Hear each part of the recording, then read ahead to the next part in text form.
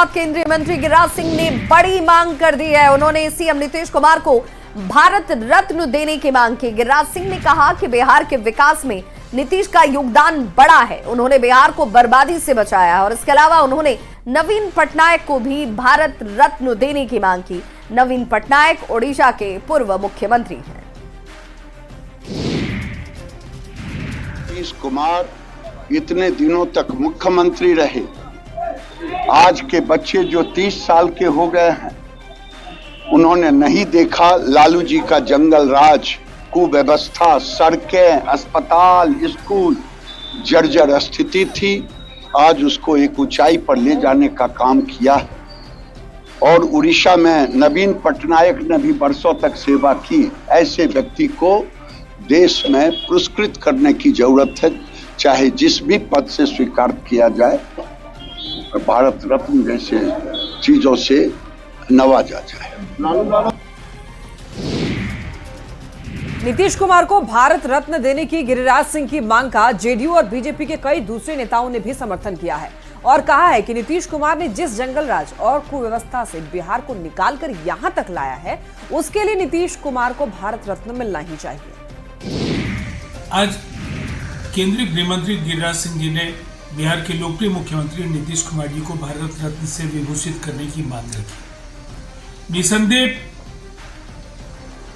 नीतीश कुमार जी से बेहतर इस उपाधि के लिए कोई हकदार नहीं हो सकता है। निसंदेह अगर ऐसा कोई निर्णय भारत सरकार करती है तो जनता दल यूनाइटेड के कार्यकर्ता केवल नहीं, ये पूरे बिहार के लोगों के लिए अत्यंत सम्मान की बात है।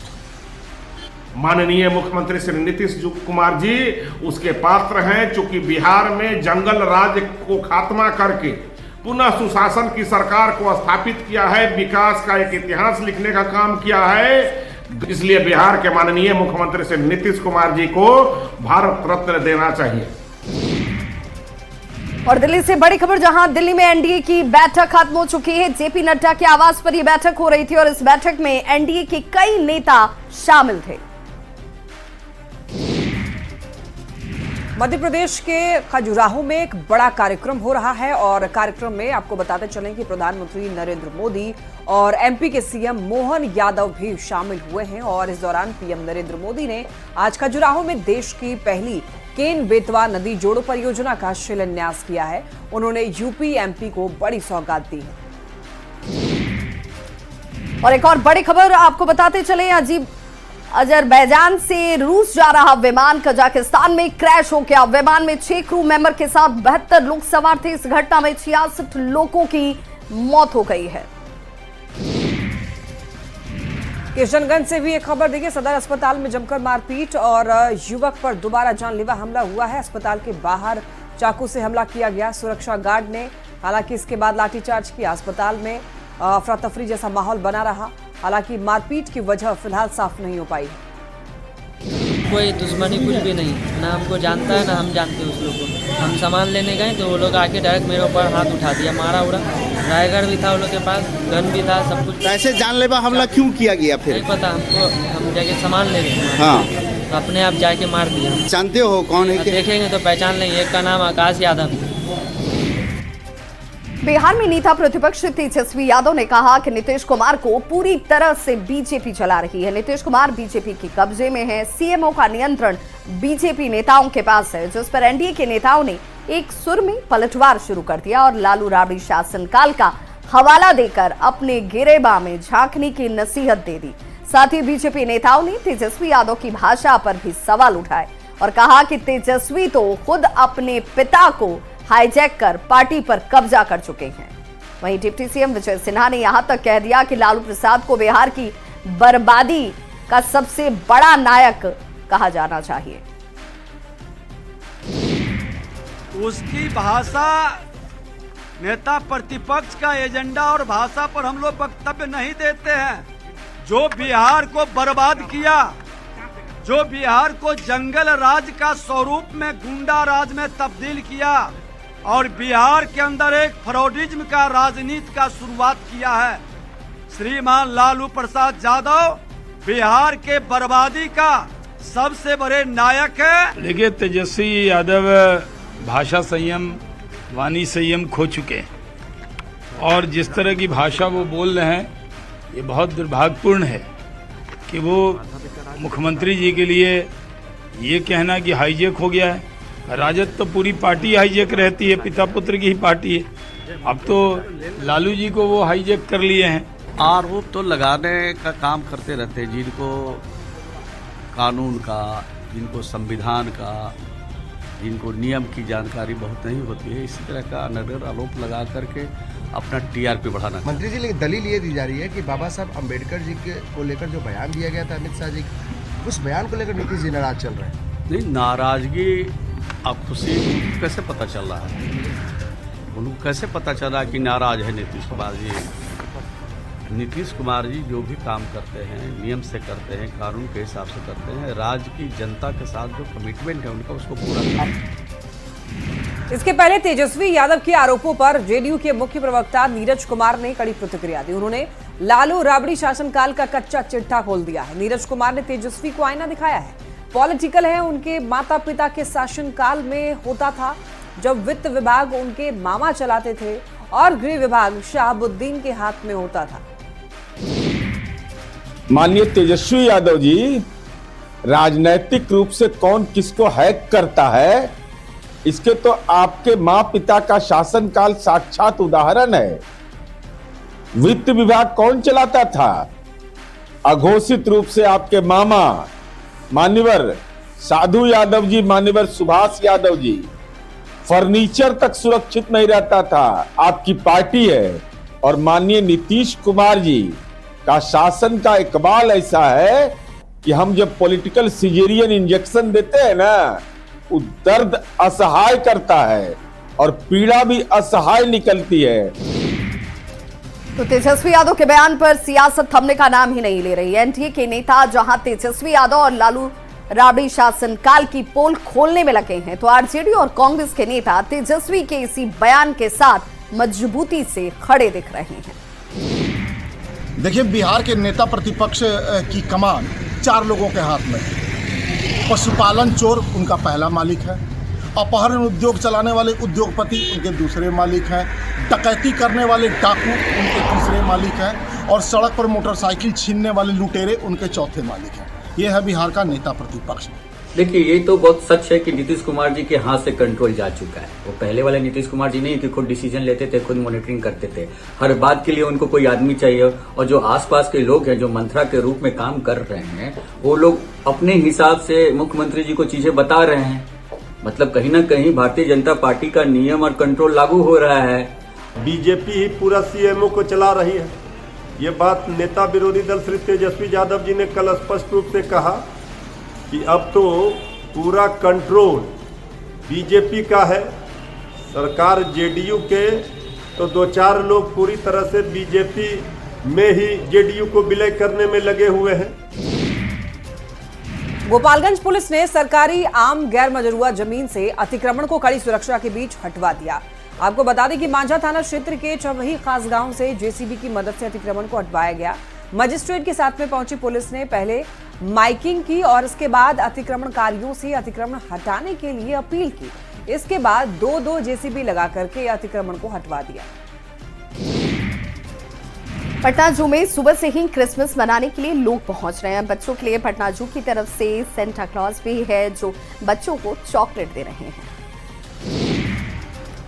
गोपालगंज के मॉडल सदर अस्पताल में महिलाओं के लिए हाईटेक मदर शेड बनाया गया है। ठंड से मरीजों को बचाने के लिए एसएनसीयू के पास में मदर शेड बनाया गया है। 10 बेड का ये मदर शेड उन मरीजों के लिए बना है जिनके बच्चे एसएनसीयू में भर्ती हैं। नवजातों का एसएनसीयू में इलाज होगा और उनकी माताएं मदर शेड में रहेंगी। शेखपुरा के पहाड़ों में उत्खनन कार्य कर रही बड़ी कंपनियों की सुरक्षा के लिए जिला प्रशासन ने एक टास्क फोर्स का गठन किया है। इस टास्क फोर्स का मकसद है स्थानीय स्तर पर पत्थर उत्खनन में लगी कंपनियों को कोई परेशानी ना हो और उसका काम सुचारू रूप से चलता रहे। साथ ही पहाड़ की तलहटी में बसी आबादी की सुरक्षा को लेकर जिला प्रशासन ने योजना तैयार की है। सभी लोग को भेजा गया, उन लोगों द्वारा जो है स्थानीय लोगों को बैठा करके समझाया बुझाया गया। उन लोगों का भी कुछ डिमांड था कि जो ट्रांसपोर्टेशन होता है तो काफ़ी धूल उड़ता है, पानी की व्यवस्था नहीं की जाती है, पानी का छिड़काव का जबकि व्यवस्था है, बैरियर बनाने का उन लोगों का डिमांड था। ये सारी चीज़ डिमांड थी। तो इसके स्तर पर जो है माइनिंग अफसर भी वहाँ उपस्थित थे और सभी लोग जो है ग्रामीणों को समझाया गया था। तो उसके बाद जो है वहाँ से ट्रांसपोर्टेशन स्टार्ट हो गया था।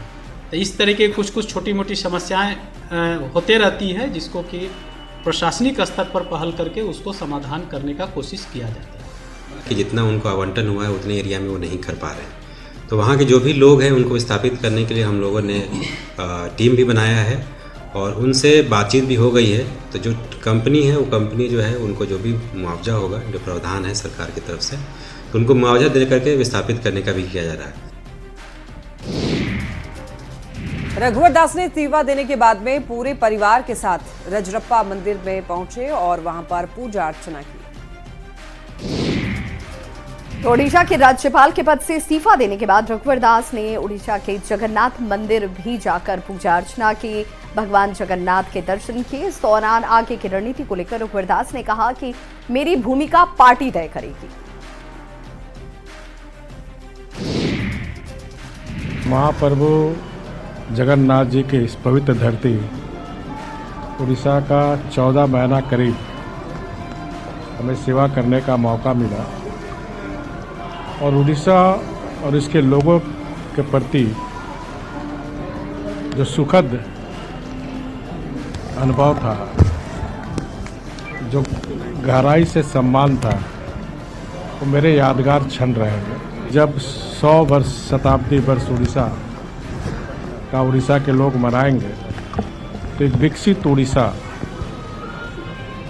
जिस दिशा में वर्तमान सरकार आदरणीय मोदी जी के नेतृत्व में डबल इंजन की सरकार जिस तरह काम कर रही है, उड़ीसा की समृद्धि के लिए, उड़ीसा के गरीब जनता की सेवा में जिस तरह सरकार लगी हुई है, महाप्रभु जगन्नाथ 2036 तक विकसित उड़ीसा जहाँ कोई गरीब ना रहे, हर लोग को मूलभूत सुविधाएं मिले, हर लोग को रोजगार मिले, हर खेत को पानी मिले। मेरी भूमिका पार्टी तय करेंगे क्योंकि मैं एक बहुत सामान्य मजदूर परिवार से आता हूँ और 1980 में ही मैं पार्टी का सदस्य बनकर बूथ अध्यक्ष से लेकर मंडल, प्रदेश, राष्ट्रीय स्तर तक और फिर झारखंड की जनता की सेवा करने का भी मौका मिला। ओडिशा के राज्यपाल रघुवर दास के इस्तीफा देने के बाद में बीजेपी के कार्यकर्ता उनके जमशेदपुर आवास पर पहुंचे। बीजेपी के युवा नेता पार्टी से रघुवर दास की वापसी की मांग कर रहे हैं और रघुवर दास इस्तीफा देने के बाद पूरे झारखंड के गलियारों में चर्चा का विषय बन चुके हैं। हालांकि रघुवर दास के परिवार के लोग रामगढ़ तीर्थ यात्रा पर चले गए हैं, लेकिन फिर भी उनके जमशेदपुर आवास पर बीजेपी के युवा नेता पहुंच रहे हैं। इस साल में उन्होंने झारखंड की जनता के लिए बहुत सारा काम किया है और खास करके विधानसभा में खास करके उन्होंने जो चाहते हैं कि उनका भाजपा में पुनः वापसी हो और पूरी हम नहीं चाहते हैं, पूरा ये झारखंड की जनता चाहती है कि उनका पुनः वापसी हो। चाहते ये हैं कि जिस तरीके से उन्होंने पूर्वी विधानसभा में अपना जो छाप छोड़ा है वह पूरे झारखंड में दोबारा आए और भाजपा की ओर से एक पूरा मजबूती मिले और हम लोग वापस से उनके नेतृत्व में सारा काम करें और पूरा झारखंड को विकास की ओर बढ़े। क्या नाम है? पूरी जनता चाह रही थी कि रघुवर जी का वापसी हो, घर वापसी, और गांव एरिया, बस्ती एरिया, मतलब ना यहाँ बहुत सारे पीड़ित हो गए थे कि नशा के ऊपर जो उनका मुहिम चला था रघुवर जी का, उसके बाद ये बहुत सारे को क्रिश्चियन में कन्वर्ट करने का, ये सब वही रघुवर जी वापस आए। हम लोग का एक बार फिर से मजबूती मिले, हम लोग को बहुत सारा बल मिलता था, उनसे हम लोग को कुछ नई बातें सीखने मिलती थी और हम लोग को बहुत गर्व होता था कि वो हमारे बारीडी मंडल के ही अंदर में आते हैं और उनका आवाज उनका हम लोग का बारीडी में आता है। ओडिशा के राज्यपाल के तौर पर रघुवर दास के इस्तीफे के बाद से सियासत गर्म है। रघुवर दास की बहू और बीजेपी विधायक पूर्णिमा साहू और उनके पुत्र ललित दास ने न्यूज 18 से खास बातचीत के दौरान पूर्णिमा साहू ने कहा कि रघुवर दास जी की जिम्मेदारी किस रूप में होगी ये केंद्रीय नेतृत्व तय करेगा, लेकिन उनकी संभावित पॉलिटिकल एंट्री पर झारखंड की राजनीति से जुड़े लोग और परिवार के लोग बेहद खुश हैं। रघुवर दास के पुत्र ललित दास ने कहा कि पापा के आने से परिवार के लिए बहुत खुश हूं।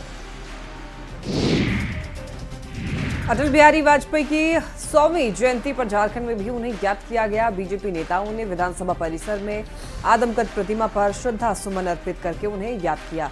इस दौरान बाबूलाल मरांडी ने कहा है कि अटल जी ने न केवल अलग अलग राज्य ही बनाया है, बल्कि जनजातीय समाज के तीव्र विकास के लिए अलग मंत्रालय बनाए।